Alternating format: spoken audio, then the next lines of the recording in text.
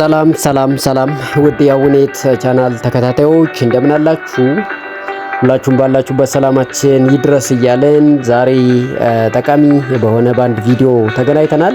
እንግዲህ ብዙ ጊዜ ተማሪዎች ላይ የምንታዘበውን ነገር መፍትሄ የምንለውን በዚህ ቻናል እናስተላልፋለን። እንግዲህ ተማሪ ስንሆን ብዙ ጊዜ እናነባለን፣ ብዙ ኮርሶች አሉ፣ ብዙ ክላሶች አሉ፣ ብዙ ፈተናዎች በቤታችን አሉ። ስለዚህ እነኛን ለማለፍ የግድ ጥረት እናደርጋለን። እንግዲህ ትግል ነው ትምህርት በራሱ። ስለዚህ ታዲያ ብዙ ነገር አንብበን ተዘጋጅተን ክላስ መተን መጨረሻ ላይ ፈተና ሲባል ብዙዎቻችን ወደ ኋላ ስንሆን ይታያል። ውጤታችን አመርቂ አይሆንም።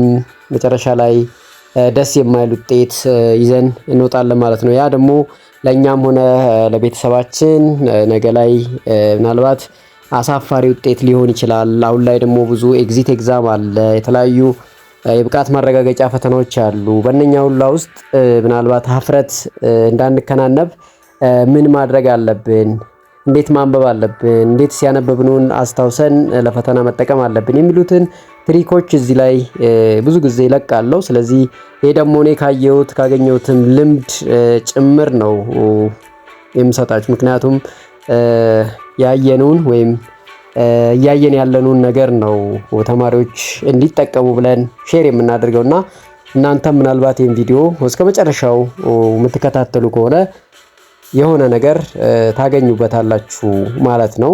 ስለዚህ የዛሬ ቪዲዮአችን በዋናነት የሚያተኩረው እንግዲህ ተማሪዎች ያነባሉ፣ ነገር ግን ፈተናቸው ዝቅተኛ ይሆናል። ይሄን እንዲያደርጉ ወይ እንዲሆን ያደረገው እንግዲህ የማስታወስ ብቃት ማጣት ነው ማለት ነው። ስለዚህ እንዳናስታውስ የሚያደርጉ ምንድን ነው? ማንበባችን አልቀረም። ላይብራሪ ገብተን የተለያዩ ሪፈረንሶችን አይተናል። ክላስ ገብተናል። አዳምጡ ሲል አስተማሪው ለማዳመጥ ሞክረናል። ነገር ግን ፈተና ላይ ስንቀመጥ ግን የሚሆነው ሌላ ነገር ነው። ይሄ የሆነው ምክንያት የማስታወስ ብቃታችን ስለወረደ ነው። የማስታወስ ብቃታችን ወረደ ማለት ደግሞ የአእምሮ የመያዝ አቅሙ ወይም ሜሞሪው ስቶሬጁ ቀንሷል ማለት ነው ወይ የሚለውንም የምናይ ነው ማለት። እንግዲህ የሰው ልጅ አእምሮ ሳይንቲስቶች እንደሚሉት 2.5 ቤታባይት ወይም 2.5 ሚሊዮን ሜጋባይት ስቶሬጅ እንዳለው ይነገራል። ታዲያ ይሄ ሁሉ ስቶሬጅ ሞልቶ ይሆን እኛ ማስታወስ ያቃተን የሚለውን እናያለን ማለት። ስለዚህ ለቻናላችን አዲስ ከሆናችሁ ቻናላችንን ሰብስክራይብ አድርጉ። ቪዲዮአችንን እስከመጨረሻው ተከታትላችሁ ከወደዳችሁት ላይክ ታደርጋላችሁ። ላይክ ብቻ ሳይሆን ደግሞ እናንተን ከጠቀመ ለሌሎችም ጓደኞቻችሁ እንዲጠቀም በተለያዩ ዩኒቨርሲቲ ለሚገኙ ጓደኞቻችሁ ሼር ታደርጓቸዋላችሁ ማለት ነው።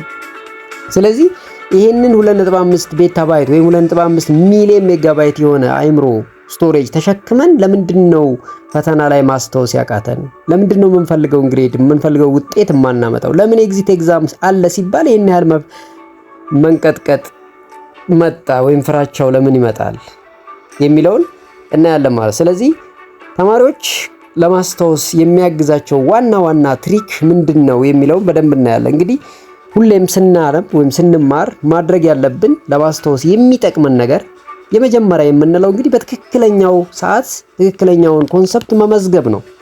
ስለዚህ ትክክለኛውን በትክክል የመዘገብኩን ነገር በትክክል አእምሮ ውስጥ እንዲያስቀምጥ አደራ የሰጠውን ነገር ነው ለፈተና ጊዜ እንዲያታስታውስ እሱ ደግሞ ወደ ኋላ የሚመልስልህ ማለት።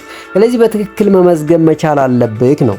ስለዚህ በትክክል መመዝገብ ማለት ምን ማለት ነው? እንግዲህ በእንግሊዘኛ አሁን ላይ በተለይ ኮሙኒኬቲቭ 1 2 3 ብሎ ዩኒቨርሲቲ ላይ እያስተማረ ነው። እዛ ላይ እንግዲህ ኖት ቴኪንግ የሚል ሴናሪዮ እንማራለን እና ስንማር በትክክል ኖት ቴክ እናረጋለን ወይ? ኖት ቴክ ማድረግ እንግዲህ መመዝገብ ማለት ነው። አንተ ወረቀት ላይ እየጻፍክ ያለህ ይመስላል እንጂ ያኔ ኖት ቴክ ባደረክ ቁጥር አይምሮክ እየመዘገበ እንዳለ ነው ማለት። ያ ብቻ አይደለም። ክላስ ውስጥ ስትማር አስተማሪው የሚለውን ነገር ሁሌም የምትመዘግብ ከሆነ ቴክ የምታደርግ ከሆነ አይምሮህ ላይ እየመዘገብከው ነው። ቤት ውስጥ ገብተህ ስታነብ ኖት ቴክ እያደረክ ከሆነ አይምሮህ ላይ በትክክል ሬጂስተር እያደረክ ነው ማለት ነው። ስለዚህ በትክክለኛው ሰዓት ትክክለኛው መረጃ ሬጂስተር አረክ ማለት የምትፈልገው ሰዓት ደግሞ ሪቨርስ ሴናሪዮ አይምሮህ ደግሞ ያንን መረጃ ይሰጥካል። ከፈተና በቀላሉ ትገላገላለክ ማለት ነው። ታዲያ ሬጂስተር ስናደርግ ምን አይነት ኢንቫይሮንመንት ያስፈልገናል ሲባል ሁልጊዜም ጸጥ ያለ ኢንቫይሮንመንት ይመረጣል ለማንበብ። እንግዲህ የትኛውን ቦታ አሁን አንዳንድ ተማሪዎች በእርግጥ የአነባበብ ስትራቴጂያቸው የተለያየ ነው። ምክንያቱም አንዳንዱ ሙዚቃ ከፍቶ ያነባል፣ አንዳንዱ ደግሞ በጣም ኮምፕሌክስ የሆነ ተማሪዎች የሚበዙበት ቦታ ሄዶ ያነባል፣ አንዳንዱ ላይብራሪ ጸጥ ያለ ቦታ ያነባል፣ አንዳንዱ ሌሊት ተነስተው ሰዎች ከተኙ በኋላ ያነባል።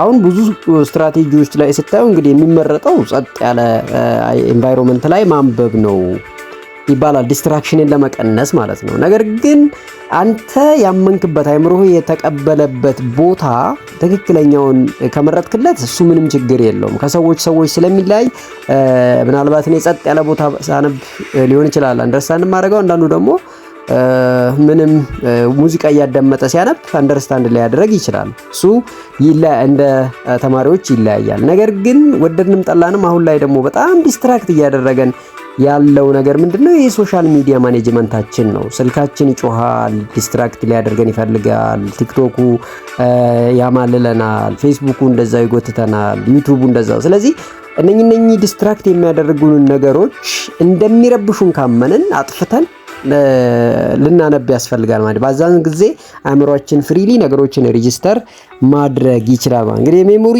ስትራቴጂ ስንል የመጀመሪያው ሬጂስትሬሽን ነው፣ ከዛ ሪቴንሽን፣ ከዛ ሪኮል ነው። ከነኚህ ከሶስቱ መስተጋብር ከተጓደለ ችግር ይፈጠራል። ፈተናዎች ላይ ውጤት የማሽቆልቆል ነገር ይመጣል። ይህ ማለት በትክክለኛው መመዝገብ፣ ያንን በትክክለኛ የመዘገብነውን ነገር ደግሞ አእምሮአችን ውስጥ ለረጅም ሰዓት እንዲቀመጥ ማስቀረት ነው። ከዛ በኋላ ያንን መልሶ ደግሞ ወደ ሾርት ተርም ሜሞሪ በማምጣት በማስታወስ እንዳልነው ለፈተና መጠቀም ነው። ከነኚህ ከሶስቱ ያልፍም። ስለዚህ ስንመዘግብ እንዴት እንመዘግብ የሚለው ሁሌም ጸጥ ያለ ኢንቫይሮንመንት በመምረጥ ዲስትራክት ሊያደርጉን የሚፈልጉ ብዙ ነገሮች አሉ። እነሱን በማጥፋት ለአጭር ጊዜም ቢሆን ማንበብ እንዳለብን እንማራለን ማለት ነው። ሌላው ሁል ጊዜም እንግዲህ በትክክለኛው አይምሮአችን ውስጥ ነገሮች እንዲመዘገቡ የሚያግዘን ነገር ደጋግሞ ማንበብ ነው። ስለዚህ ሁሌም አንድ አስተማሪ ፓወርፖይንት ከሰጠ ቀድመ ያንን ፓወርፖይንት አንዴ ተማርክም አልተማርክም አንድ ጊዜ ብታነበው ምናልባት ክላስ ውስጥ ስትገባ አስተማሪው ሲያስተምርክ የበለጠ ነገሮችን አይምሮ ውስጥ እየመዘገብክ እንድትሄድ ሊያግዝክ ይችላል ማለት ነው። ስለዚህ ደጋግመን ስናነብ ያንን ኮንሰፕት የራሳችን እስካደረግነው ድረስ አንደርስታንድ እናደርገዋለን። አንደርስታንድ እንዳደረግን ማለት ደግሞ በቀላሉ አእምሮአችን ውስጥ ተመዝግቦ እንዲቀመጥ ይሆናል ማለት። ስለዚህ ደጋግሞ ማንበብ በትክክል ለመመዝገብ የመጀመሪያውና ወሳኙ ነገር ነው ማለት ነው። በሁለተኛው እንግዲህ ያነበብነውን ነገር የመዘገብነውን ነገር ደግሞ በደንብ አእምሮአችን ውስጥ ሰርጾ እንዲቀር ከተፈለገ ሁልጊዜም መረጃዎችን ወደ ምስል መቀየር ወይም ኢማጂኔሽን በጣም ወሳኝ ነገር ነው ማለት ነው። ስለዚህ ሁሌም የምንማረውን ነገር ከሪል ኢንቫይሮንመንቱ ጋር አመተን ወደ ኢሜጅ ወይም ወደ ምስል የምንቀይራቸው ከሆነ በቀላሉ ነገሮችን አንደርስታንድ ለማድረግ ያግዘናል። ይሄን እንድናደርግ ደግሞ ብዙ ጊዜ የምንጠቀምበት ስትራቴጂ ማህፀረ ቃላትን መጠቀም። ለምሳሌ አንድ የባዮሎጂ ተማሪ ስለ ሜታቦሊዝም እስከ መጨረሻው ድረስ ማስታወስ ከፈለገ ስቴፖቹን እንግዲህ አድሜት ነው። አብዞርፕሽን ያደርጋል፣ ዲስትሪቢዩሽን፣ ሜታቦሊዝም፣ ኤክስክሪሽን እና ከዛ በኋላ ያው ቶክሲቲ ነው። ዞሮ ቶክሲቲን ብንቶ ኤክስክሪሽን ነው። ስለዚህ አንድ ሰው ስቴፖቹን በትክክል ጻፍ ቢባል አድሜት ብሎ ከጻፈ የመጀመሪያዎቹን ሌተር ብቻ በመውሰድ ይህንን ጥያቄ አብራርቶ ሊጽፈው እንደሚችል ምንም ጥርጥር የለኝም ማለት ነው። ያ ብቻ ሳይሆን አሁን የኬሚስትሪ ተማሪዎች ፔሪዮዲክ ቴብል ላይ አንዳንድ ነገሮች የምንጠቀምበት ነገር አለ፣ ኤሌመንቶቹን በየግሩፓቸው ለመያዝ ማለት ነው። ስለዚህ እንደዚህ ያሉ ሾርት ከቶች ማህፀረ ቃላትን መጠቀም በእያንዳንዱ ሳብጀክት ላይ በጣም ወሳኝ የሆነ ስትራቴጂ ነው እንግዲህ ለማስታወስ አንድ ነገር ማለት ነው። ይሄ ብቻ ሳይሆን እንግዲህ ሁሌም ስናነብ አይምሮአችን ረፍት ወይም ሪላክሴሽን ይፈልጋል እና ይህንን ለማድረግ በጣም ርካሽ የሆነውን ውሃ በመጠጣት አይምሮአችንን ማዝናናት እንችላለን። ልክ የአይምሮአችን ጡንቻ ሪላክስ በሚያደርግ ጊዜ ነገሮችን የምናስታውስበት ወይም ሜሞሪያችን ከሎንግ ተርም ሜሞሪ ወደ ሾርት ተርም ሜሞሪ የማምጣት አቅሙ በጣም ይጨምራል። ስለዚህ ውሃ እየጠጣን የምናነብ ከሆነ አይምሮአችንን ሪላክስ እያደረግን ነው ማለት። ያ ብቻ ሳይሆን ስፖርት ስንሰራ ጡንቻችን ወይም ደግሞ የአካላችን ጡንቻ እንደሚጨምር ሁሉ የማስታወስ የሜሞሪያችን ጡንቻም ይጨምራል። ስለዚህ አንዳንዴ እንቅስቃሴ ማድረግ፣ ውሃ መጠጣት የበለጠ ነገሮችን እንድናስታውስ ነገሮች አይምሮአችን ውስጥ እንዲቀመጡ ያደርጋል ማለት ነው። ያ ብቻ ሳይሆን ነገሮችን በትክክል መዝግበን አይምሮአችን ውስጥ እንዲቀመጡ ከፈለግን ትኩረት ማድረግ አለብን። በደንብ ትኩረት ማድረግ ያለብን ነገር ላይ ትኩረት ሰጥተን መያዝ አለብን። ልብ በሉ ሁሉም አንድ ኮርስ ላይ ያሉት 12ቱም ቻፕተር ውስጥ ያሉት እያንዳንዱ ሰብ ቶፒኮች ፈተና ላይ ላይመጡ ይችላሉ። ያ ብቻ ሳይሆን ለህይወታችንም ለወደፊት ጠቃሚ ላይሆኑ ይችላሉ። ስለዚህ ጠቃሚ የሆኑት ፖይንቶች ላይ በደንብ አድርገን ትኩረት ማድረግ መቻል አለብን ማለት ነው። አስተማሪውም እኮ ሁሉንም ነገሮች አይደለም ትኩረት እንድታደርጉ የሚፈልገው። ምክንያቱም የሆነ ፖይንት ላይ ፔይ ብሎ ትኩረት እንድትሰጠው ይፈልጋል። እዛ አካባቢ ላይ ፈተና ሊያመጣብህ ነው ማለት ነው። ስለዚህ እነኛም ፖይንቶች ለይተን ትኩረት ማድረግ ከቻል ነገሮችን የማስታወስ ብቃታችን በቀላሉ ይጨምራል ማለት ነው። ሌላው በሶስተኛው ነገሮችን በትክክል እንድናስቀር ወይም አእምሮአችን ውስጥ እንዲቀመጡ የምናደርግበት ትልቁ እና ወሳኝ የሆነው በቂ እንቅልፍ መተኛት ነው።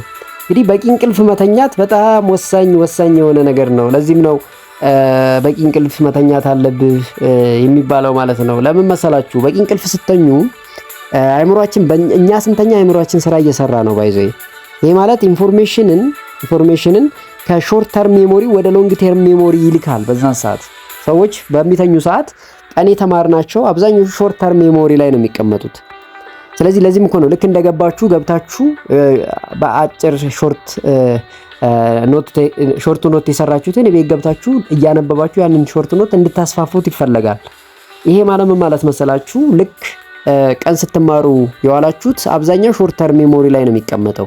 ስለዚህ ያ ሾርት ተርም ሜሞሪ ላይ የተቀመጠውን ወደ ሎንግ ተርም ሜሞሪ አስቀምጣችሁ እንዲቀር ማድረግ አለባችሁ። ማለት ለረጅም ሰዓት እንዲቆይ ለረጅም ዓመት እንድታስታውሱት ማድረግ አለበት። አሁን 5 ዓመት ተምረህ ከ5 ዓመት በኋላ ነው ምናልባት ኤግዚት ኤግዛም የምትፈተነው። ነገር ግን 5ኛ ዓመት ላይ ብቻ አይደለም የተማርከውን አይደለም የምትፈተነው፣ ከ1ኛ ዓመት እስከ 5ኛ ዓመት የተማርከውን ነው የምትፈተነው።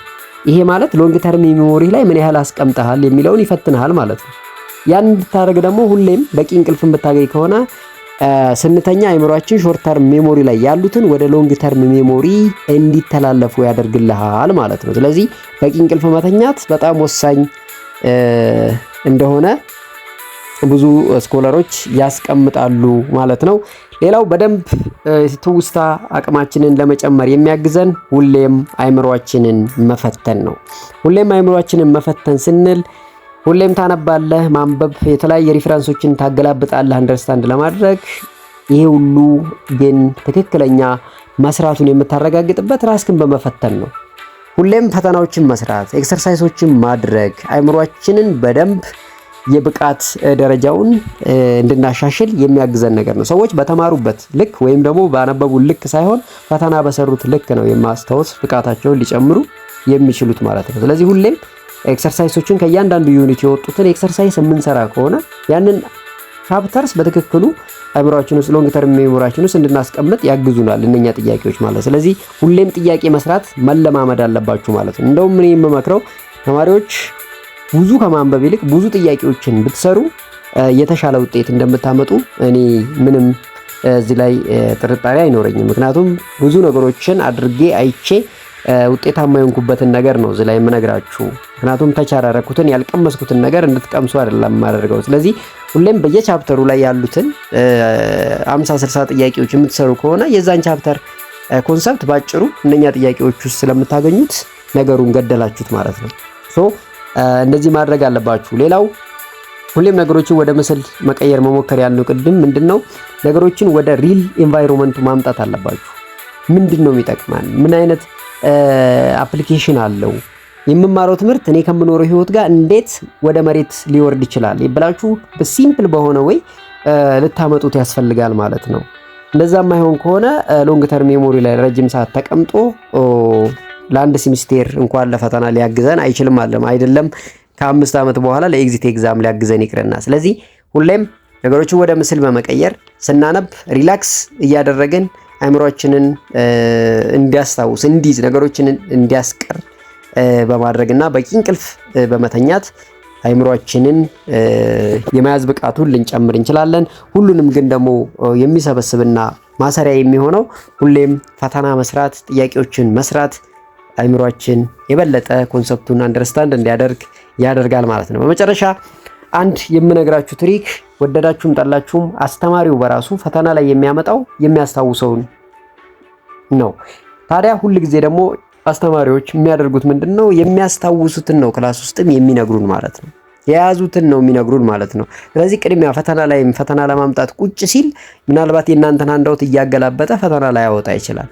ስለዚህ ክላስ ላይ ሁሌ የሚነግራችሁን ነገር ቁጭ ብሎ ፈተና ላይ ያወጣል። ከዛ በኋላ ነው ወደ ሃንዳውት ሄዶ ከሃንዳውት ላይ እየጨመረላችሁ የሚሄደው ማለት። ስለዚህ ሁሌም ክላስ ውስጥ አስተማሪ የሚለውን ነገር በትክክል ሬጂስተር የምታደርጉ ከሆነ እመኑኝ የተሻለ ውጤት የማምጣት አቅማችሁን እየጨመራችሁ ነው ማለት ነው። ስለዚህ እነኚህን ትሪኮች ተጠቅማችሁ ውጤታችሁን እንደምታሻሽሉ ምንም ጥርጥር የለኝም። ስለዚህ ለቻናላችን አዲስ ከሆናችሁ ቻናላችን ሰብስክራይብ አድርጉ። ቪዲዮአችን ከወደዳችሁ ደግሞ ላይክ አድርጋችሁ ውጡ። እንግዲህ ሌላ ቪዲዮ ደግሞ በሌላ ጊዜ ይዤላችሁ እስከምመጣ ሰላም ሰላም ሰላም።